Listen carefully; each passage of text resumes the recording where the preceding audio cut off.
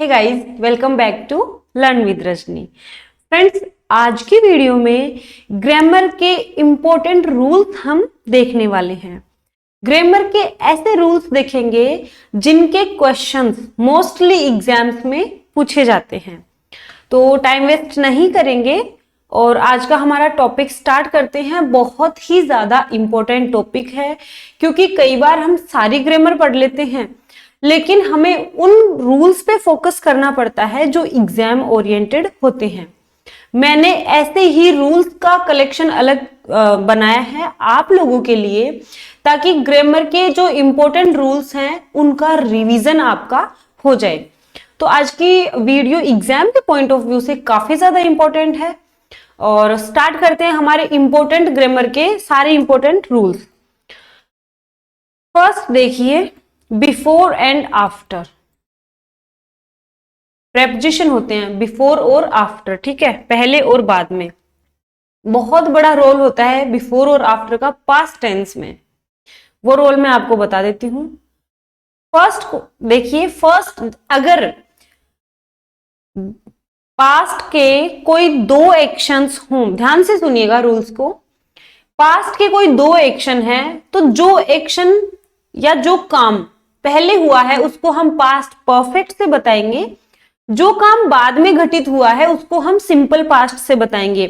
देखिए, एग्जाम के point of view से बहुत ज्यादा इंपॉर्टेंट आज की वीडियो है और आप लोग सजेशन बहुत ज्यादा देते हैं कि हमें ये टॉपिक करवाए वो टॉपिक करवाए, लेकिन मैं आप लोगों की भी सुनती हूं, बट मुझे ऐसा लग रहा है कि आप लोगों के लिए जो ज्यादा अच्छा है इस टाइम पे, जो ज्यादा बेनिफिशियल है, वो सारी चीजें मैं आपको दे रही हूं। कल आप लोग तैयार रहे मॉडल पेपर 3 के लिए।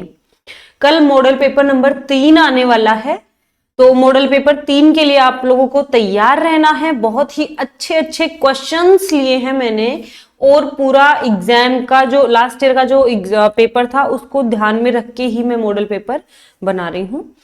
तो कल आपको तैयार रहना मॉडल पेपर के लिए। ग्रामर के कोई दो एक्शन है, जो काम पहले हुआ है उसको बताएंगे पास्ट परफेक्ट से, जो काम बाद में हुआ है उसको बताएंगे पास्ट सिंपल टेंस से। फर्स्ट एक्शन पास्ट परफेक्ट में, अब देखो बिफोर और आफ्टर भी लगेगा। पहला एक्शन अगर पास्ट परफेक्ट में है तो बिफोर आएगा और उसके बाद में दूसरा एक्शन आएगा, ठीक है। अगर दूसरा एक्शन पहले है, ठीक है, यहां पे अगर पहला एक्शन है तो बिफोर आएगा और उसके बाद में दूसरा एक्शन आएगा। और अगर सेंटेंस के पहले, सेंटेंस में जो पहला एक्शन है वो सेकंड एक्शन है, उसके बाद आफ्टर आएगा, फिर पहला एक्शन आएगा। एग्जाम्पल से समझोगे, ऐसे नहीं समझ में आएगा, खिचड़ी बन जाएगी माइंड में। आई मेट हिम, मैं उससे मिला। कब मिला? After I had finished my work. तो देखिए, इस आफ्टर और इस बिफोर को नोटिस कर लेना। The train had left before we reached the station.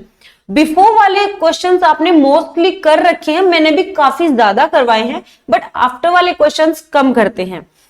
After का फंडा देख लो, दो एक्शन है पास्ट के, तो बाद वाला एक्शन सेकंड एक्शन अगर पहले लिखेंगे तो आफ्टर लगा के फिर फर्स्ट एक्शन लिखेंगे, और अगर फर्स्ट एक्शन पहले आएगा तो बिफोर लगाकर बाद में सेकंड एक्शन आएगा। हिंदी अर्थ से समझ लो, I met him after I had finished my work.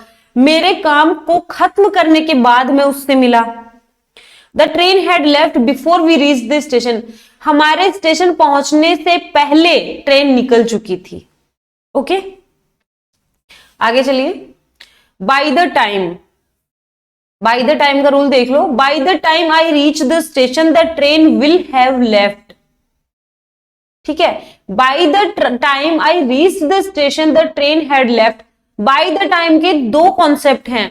अगर बाय द टाइम के बाद में वर्ब की फर्स्ट फॉर्म आती है तो सेकंड एक्शन में विल आएगा, ठीक है।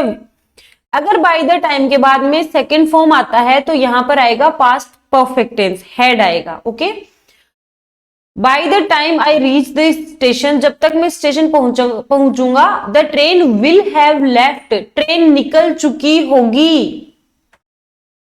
By the time I reach the station, जब तक मैं स्टेशन पहुंचा ट्रेन निकल चुकी थी। देखो सेंस लगा लो यार, सेंस लगा लोगे ना, आपकी आधी से ज्यादा इंग्लिश ऐसे ही ठीक हो जाएगी।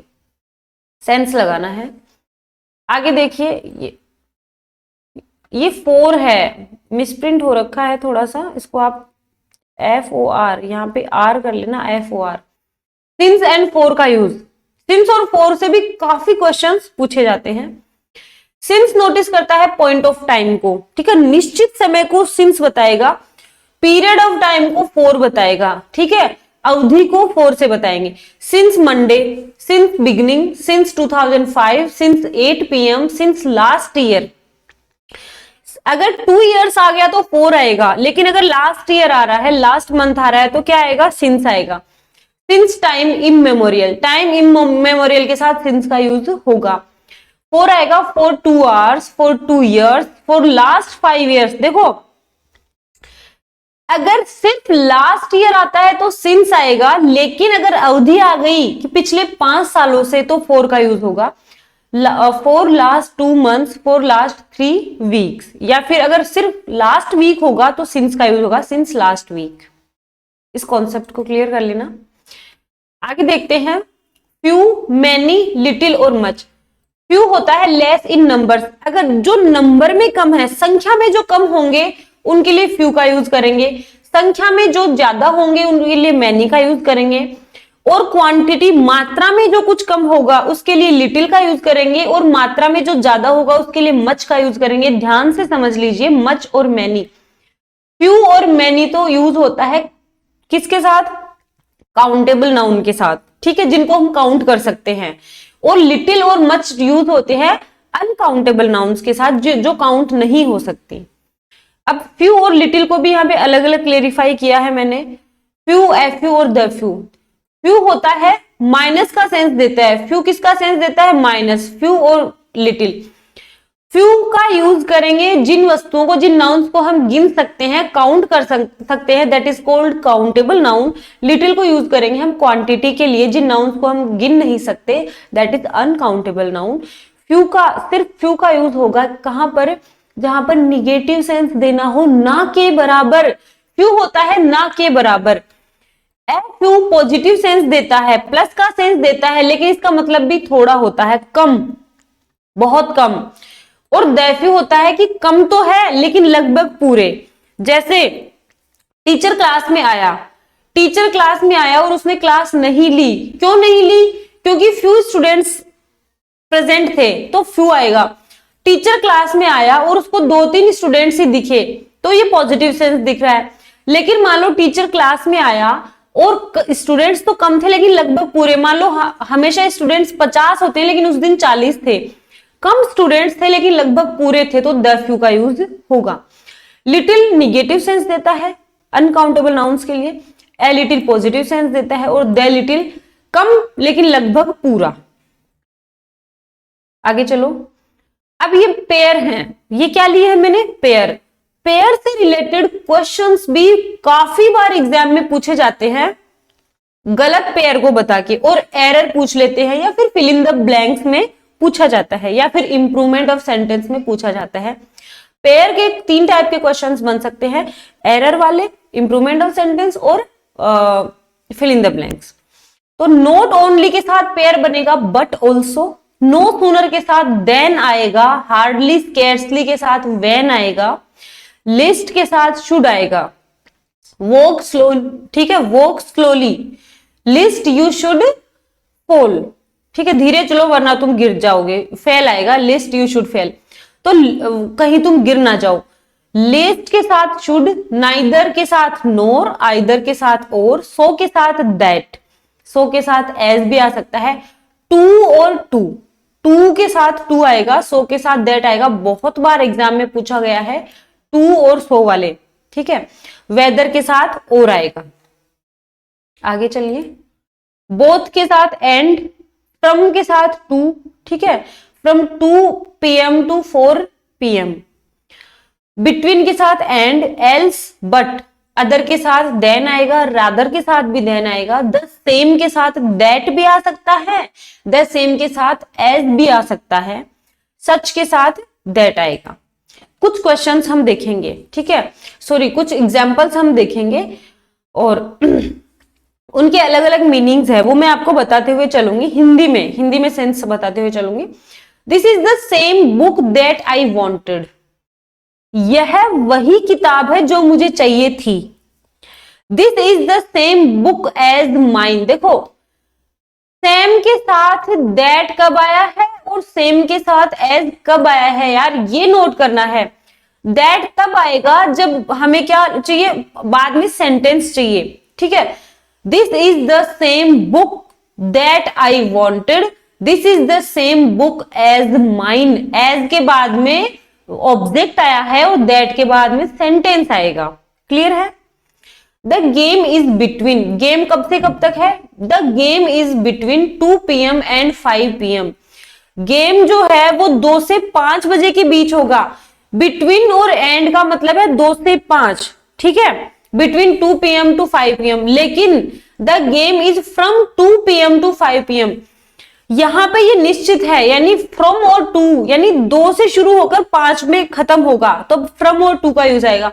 लेकिन बिटवीन और एंड 2 से 5 के बीच में गेम होगा, मतलब निश्चित नहीं है, 2 से 5 के बीच में कभी भी हो सकता है, 2:30 बजे भी शुरू हो सकता है, 3 बजे भी शुरू हो सकता है, लेकिन फ्रॉम और टू मतलब 2 बजे शुरू होगा और 5 बजे खत्म होगा। डिफरेंस को समझो। आगे चलो, शी इज बोथ, वह दोनों है, बोथ के साथ एंड का यूज होगा, काफी बार एग्जाम में आया है। She is both intelligent and beautiful, वह इंटेलिजेंट और ब्यूटीफुल दोनों है। दो के साथ यट आएगा, दो ही वर्कड हार्ड, यद्यपि वह कड़ी मेहनत करता था, येट ही फेल्ड, फिर भी वह फेल हुआ। ही आस्क्ड मी, उसने मुझसे पूछा, वेदर आई वॉज कमिंग और नॉट, वेदर के साथ नोट का हुआ है, उसने मुझसे पूछा क्या मैं आ रही थी या नहीं। ही इज, अब देखो टू के साथ आएगा TO2 और सो के साथ आएगा दैट, कंफर्म कर लेना इस चीज को। He is too tired to walk, अब ये आपको असर्टिव टू निगेटिव में जब आप सेंटेंस का ट्रांसफॉर्मेशन करेंगे तब भी आपके काम आएगा। He is too tired to walk, मतलब वह इतना टायर्ड है, मतलब वह चलने में बहुत टायर्ड है, बहुत ज्यादा थका हुआ है कि चल नहीं सकता, तो इसका मतलब यही है, he is so tired that he can not walk, वह बहुत टायर्ड है, थका हुआ है, इसलिए वह चल नहीं सकता है। नो सूनर के साथ देन आएगा, हार्डली स्केर्सली के साथ व्हेन आएगा। No sooner had she realized her blunder than she began to take corrective measures, तो नो सूनर के साथ देन का यूज हुआ है। आगे चले, not can not be used with until और अनलिस, बहुत बार एग्जाम में आता है, अनटिल और अनलिस के साथ नोट दे देते हैं जो कि इनकरेक्ट है, ठीक है। Will shell would not be used with until और अनलिस, अनटिल और अनलिस के साथ विल शैल और वुड नहीं आएगा, ठीक है। एग्जाम्पल देखो, अनलिस यू स्टडी हार्ड, यदि तुम स्टडी कड़ी मेहनत नहीं करोगे, तो देखो अनलिस का मतलब ही नहीं है, अनलिस और अनटिल ही निगेटिव वर्ड है, तो हम नोट क्यों लगाएंगे, कॉन्ट्राडिक्शन हो जाएगा, हम नोट क्यों लगाएंगे जब अनलिस और अनटिल ऑलरेडी निगेटिव वर्ड्स हैं। तो अनलिस यू स्टडी हार्ड का मतलब है यदि तुम स्टडी नहीं करोगे, हार्ड वर्क नहीं करोगे, यू कैन नॉट पास, तुम पास नहीं हो सकते हो। अब नाउन देखो, ये मैंने आपको समझा भी दिया था, कल एक वीडियो मैंने डाली है माइजर और कावर्ड का, बहुत सारे स्टूडेंट्स ने यार 26%, 28% स्टूडेंट्स ने गलत आंसर दिया, मुझे बहुत दुख हुआ उसको देख के कि यार आपका एग्जाम सर पे है और आपको ये नॉर्मल कॉन्सेप्ट भी नहीं आ रहे हैं, मतलब एक चिंता का विषय था मेरे लिए। तो मैंने बहुत अच्छे से आपको 10 मिनट में ये अच्छे से मैंने समझा दिया था, तो अगर आपने कावर्ड और माइजर वाली वीडियो नहीं देखी है प्लीज उसको देख लें और इस कॉन्सेप्ट को क्लियर कर लें। कावर्ड, निगर्ड, माइजर और स्कॉलर, इनका मतलब ही ये नाउन है, ठीक है।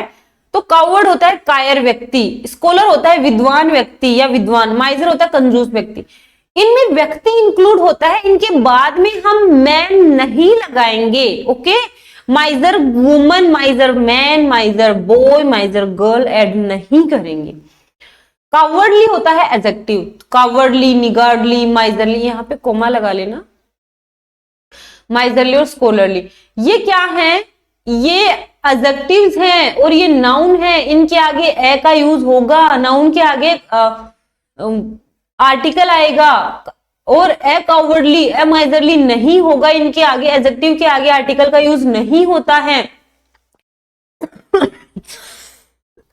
सॉरी, अगर हमें एडवर्ब चाहिए, एडवर्ब अगर हमें चाहिए तो हम एडजेक्टिव से एडवर्ब बनाएंगे इन अ cowardly manner, in a निगर्डली manner, in a miserly manner, in a scholarly manner.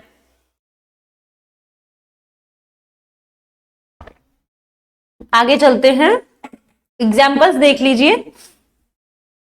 He is a माइजर, यही तो लेकर डूबा था स्टूडेंट्स को, कितने स्टूडेंट्स ने गलत किया है, गुस्सा बहुत आया मुझे। अगर ऑफलाइन क्लास में होता ना ये कि मैं आपसे ये क्वेश्चन पूछती और आप गलत आंसर देते, सबको पनिश करती मैं, लेकिन अब ऑनलाइन क्लास में मैं आपको पनिशमेंट भी नहीं दे सकती कि आप गलती करो और मैं पनिशमेंट दूं।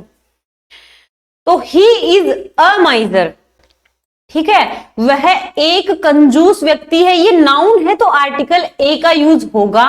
He is a miserly man. अब कई स्टूडेंट्स कहेंगे कि मैम यहां पर माइजरली तो एडजेक्टिव है, अब आपने ए का यूज क्यों किया है? भाई एडजेक्टिव के लिए ए का यूज नहीं किया है, मैंने तो मैन के लिए ए का यूज किया है। अगर यहां पर मैन नहीं होता, सिर्फ ये होता ही इज माइजरली, तब ए नहीं आता, सिर्फ आता ही इज अ माइजरली, गलत हो जाता। ही इज माइजरली सही है। ही बिहेव्ड, अब वह बिहेव करता है कैसा? इन अ माइजरली मैनर। अब देखो, इनफ, इनफ होता है पर्याप्त, ठीक है। अगर एडजेक्टिव है, एडजेक्टिव के लिए इनफ का यूज करेंगे तो एडजेक्टिव के बाद में इनफ आएगा और नाउन के पहले इनफ आएगा। अच्छे से समझ लो, इस कॉन्सेप्ट को मैंने बहुत सारे क्वेश्चंस में देखने के बाद इसमें ऐड किया है। आपको ये जो स्टडी मटेरियल मिल रहा है ना, इसके पीछे मेरी मेहनत आपको नहीं दिखती है। आप सिर्फ कमेंट करते हो मैम हमें ये नहीं चाहिए, ये है, आप ये ऐड कर दो, वो ऐड कर दो। अरे यार, जो आपको मैं दे रही हूँ, प्रोवाइड करवा रही हूँ, उसको तो पढ़ते जाओ। और ऐसा कलेक्शन में कह रही हूँ बुक्स में इजीली नहीं मिलेगा आपको, और वो भी इतना अच्छे से मैं आपको समझा रही हूँ। इनफ वाला कॉन्सेप्ट नहीं मिलेगा। मैंने बहुत मुश्किल से बहुत सारे क्वेश्चंस देखने के बाद ये मैं, इसके ऊपर मेरी बहुत मेहनत लगी है इनफ वाले पे, ठीक है। तो अगर एडजेक्टिव है गुड इनफ, बैड इनफ, ध्यान से सुन लो, एडजेक्टिव के साथ हमें इनफ का यूज करना है तो एडजेक्टिव के बाद में होगा। नाउन के लिए इनफ का यूज करेंगे तो नाउन से पहले होगा, ठीक है। तो एडजेक्टिव के साथ इनफ का यूज करेंगे तो इनफ एडवर्ब का काम करेगा, और नाउन के साथ इनफ का यूज करेंगे तो इनफ एडजेक्टिव का काम करेगा। ध्यान से सुन लो प्यारे भाइयों, एडजेक्टिव के साथ इनफ का यूज कर रहे हैं तो इनफ एडवर्ब है, नाउन से पहले इनफ का यूज कर रहे हैं तो इनफ एडजेक्टिव है। Good enough, bad enough, fast enough, powerful enough, ये गुड, बैड, फास्ट और पावरफुल ये एडजेक्टिव हैं। तो एडजेक्टिव के साथ अगर इनफ का, हम इनफ गुड नहीं बोलेंगे, इनफ बैड नहीं बोलेंगे, इनफ फास्ट गलत हो जाएगा, good enough, bad enough, fast enough, clear है। लेकिन नाउन के साथ इनफ का यूज कर रहे हैं तो enough money, enough power, enough talent, enough intelligence, enough intelligence, पर्याप्त बुद्धि, ठीक है। लेकिन इंटेलिजेंट इनफ मतलब पर्याप्त रूप से बुद्धिमान, तब ये पर्याप्त रूप से बन जाएगा क्योंकि एडजेक्टिव को क्वालिफाई कर रहा है एडवर्ब, क्लियर है। अगर टू मच का यूज करेंगे तो वही इनफ वाला कॉन्सेप्ट है, नाउन से पहले टू मच आएगा और एडजेक्टिव से पहले मच टू आएगा। ध्यान से सुन लीजिए, नाउन अगर नाउन है, नाउन से पहले तो टू मच आएगा, ठीक है।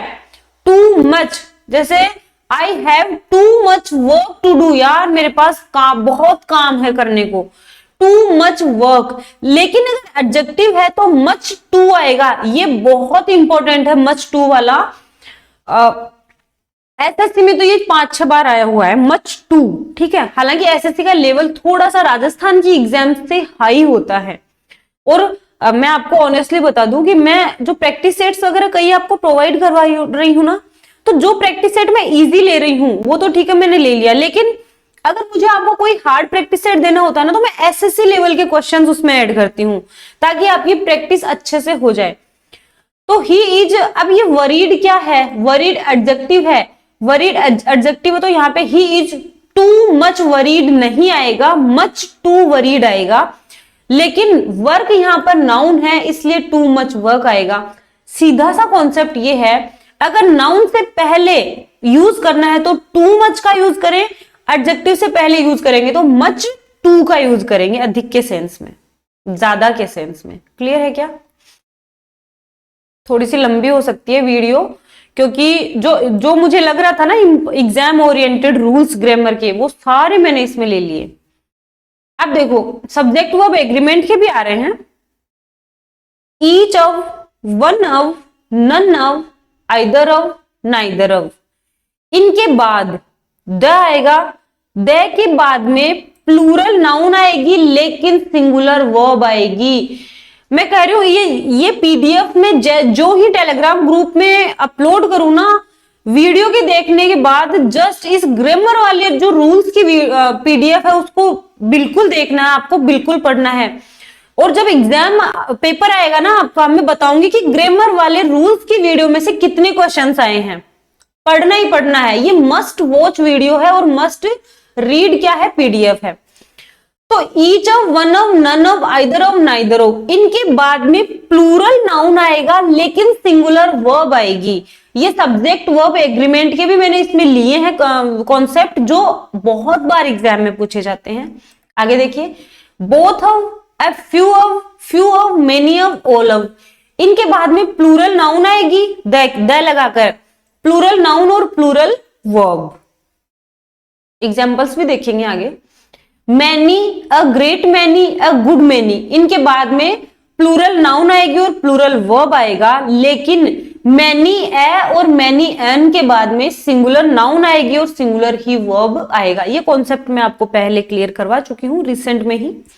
A great many boys आएगा, a great many boys are sitting there, many boys have not come for the party, many a pen is red, many a या many n के बाद में singular noun, singular verb.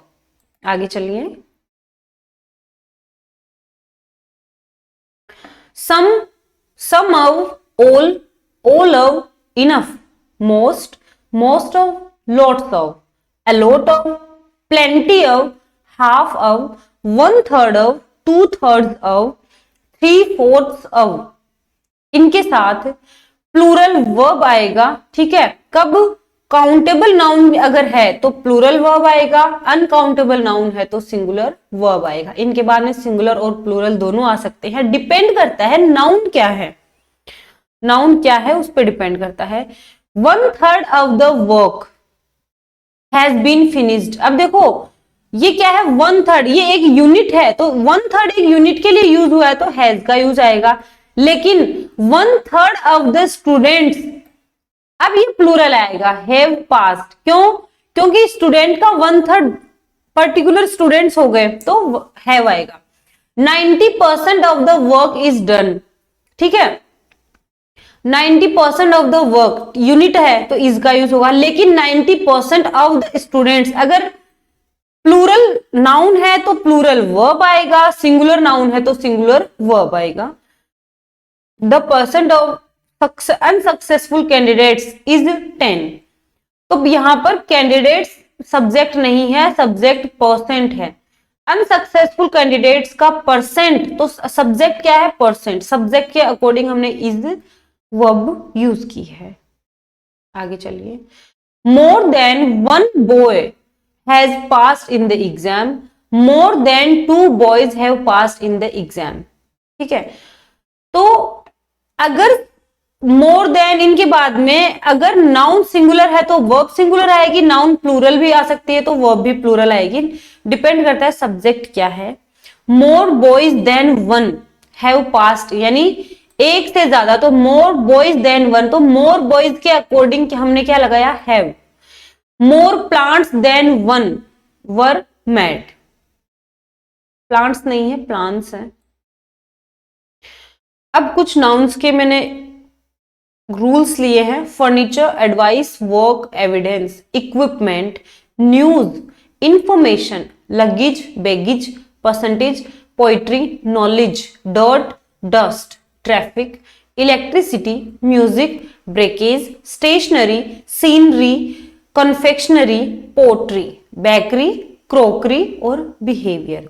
All are uncountable noun and always take singular verb. ये सारी uncountable nouns हैं और हमेशा singular verb carry करती हैं। The scenery of Jaipur has enchanted us, तो सीनरी के लिए हैज का यूज होगा, सीनरीज नहीं आएगा।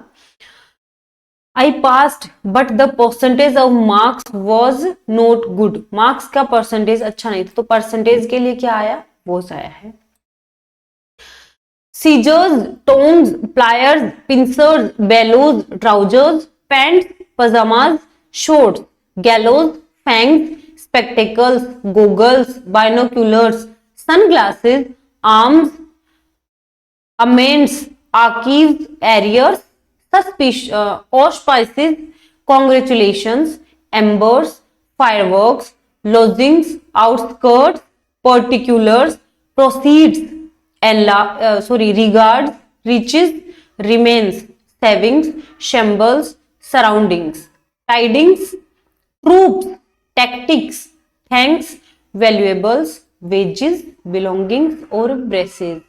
ये हमेशा प्लूरल फॉर्म में आते हैं और इनके साथ वर्ब भी हमेशा क्या आता है, प्लूरल आता है। अब news, innings, politics, summons, physics, economics, ethics, mathematics, mumps, measles, rickets, shingles, billiards, athletics, civics और लिंग्विस्टिक्स। ये दिखने में तो प्लूरल लग रही हैं नाउन्स जो हैं, लेकिन ये होती सिंगुलर हैं। All are singular noun and always take singular verb। ये singular nouns हैं और हमेशा singular verb इनके साथ आएगा। Cattle, cavalry, infantry, poultry, peasantry, children, gentry, police और people। ये दिखने में तो singular हैं, दिखने में तो singular जैसी लग रही है, लेकिन एक्चुअल में ये प्लूरल होती हैं।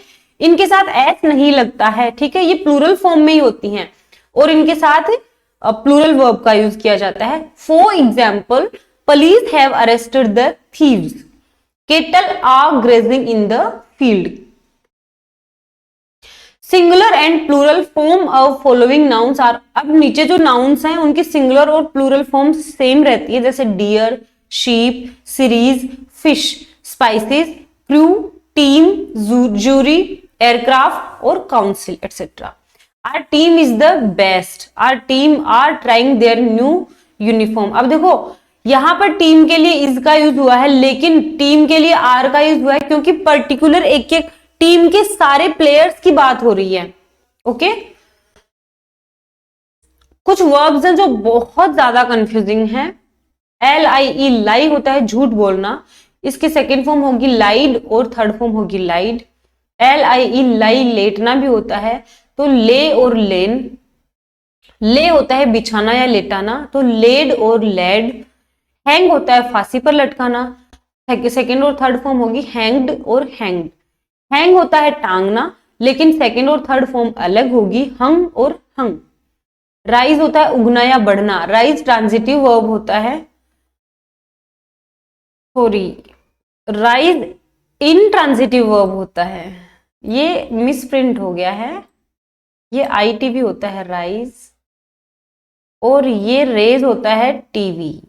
ओके, तो राइज होता है उगना या बढ़ना, तो राइज, रोज, रीजन, ये ITV है। रेज होता है बढ़ाना, ये ट्रांजिटिव वर्ब है, रेज्ड और रेज्ड। रेज, रेज्ड, रेज्ड, सी, सो, सीन और सो होता है बोना, सो, सोड और सोड। बेयर, बोर, बोर्न और बेयर, बोर, बोर्न। इस तरह की कुछ ग्रामर के रूल्स हमने आज देखे हैं। शायद वीडियो काफी बड़ी हो गई है, वीडियो तो बड़ी हो गई है, लेकिन इस वीडियो में आपको बहुत सारे ग्रामर के रूल्स, ग्रामर के कॉन्सेप्ट आपके क्लियर हुए हैं। ये बहुत ही अच्छा कलेक्शन है, था इसके पीछे लेने का रीजन मेरा ये था कि बहुत सारे ग्रामर के रूल्स होते हैं। जब वो माइजर वाला मैंने आपको क्वेश्चन दिया था और आपने गलत किया था, उसके बाद में मुझे लगा था कि बहुत सारे आपके कॉन्सेप्ट ऐसे हैं जो अभी तक भी क्लियर नहीं है, क्यों ना एक वीडियो से वो सारे कॉन्सेप्ट आपके क्लियर करवाए जाएं। इस वजह से मैंने ये वीडियो बनाई है और आप तक पहुंचाई है ग्रामर के इंपॉर्टेंट रूल्स। ये जो इंपॉर्टेंट रूल्स हैं इनसे बहुत बार एग्जाम में क्वेश्चंस पूछे जाते हैं। आई होप आपको ये वीडियो अच्छी लगी होगी। फ्रेंड्स, मैं अपना 100% दे रही हूँ आपको पास कराने में, आपका सिलेक्शन करवाने में।